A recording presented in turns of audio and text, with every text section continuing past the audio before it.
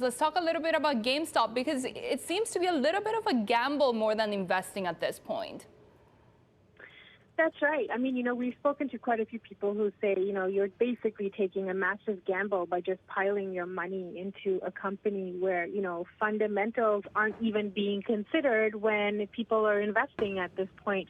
GameStop today continued its climb up 93% during regular trading hours and then surged another 50% after Elon Musk, put out a simple tweet mentioning the company.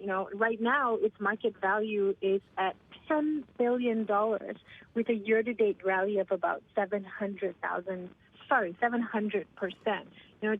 It's been an insane few weeks with the way Reddit message boards and other social media platforms have just sort of taken off in terms of how people can invest in stocks these days.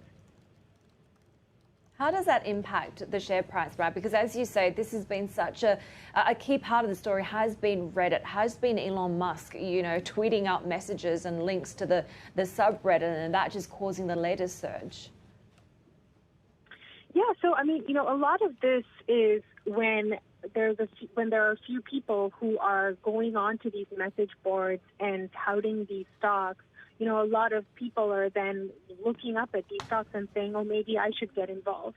And once there's a bit of a rally that's taking off and people see that, they then start piling more into it as well. With GameStop, there was actually news earlier this month when people were actually buying the stock because Ryan Cohen, the co-founder of Chewy Inc., decided to join the board. So that was the original rally, and then people started talking about it in social media platforms like Reddit. And then they just sort of pumped up the shares, and they were also fighting against huge levels of short interest. So, they've definitely got a huge influence on the stock market, particularly with these smaller cap companies who are now not so small anymore.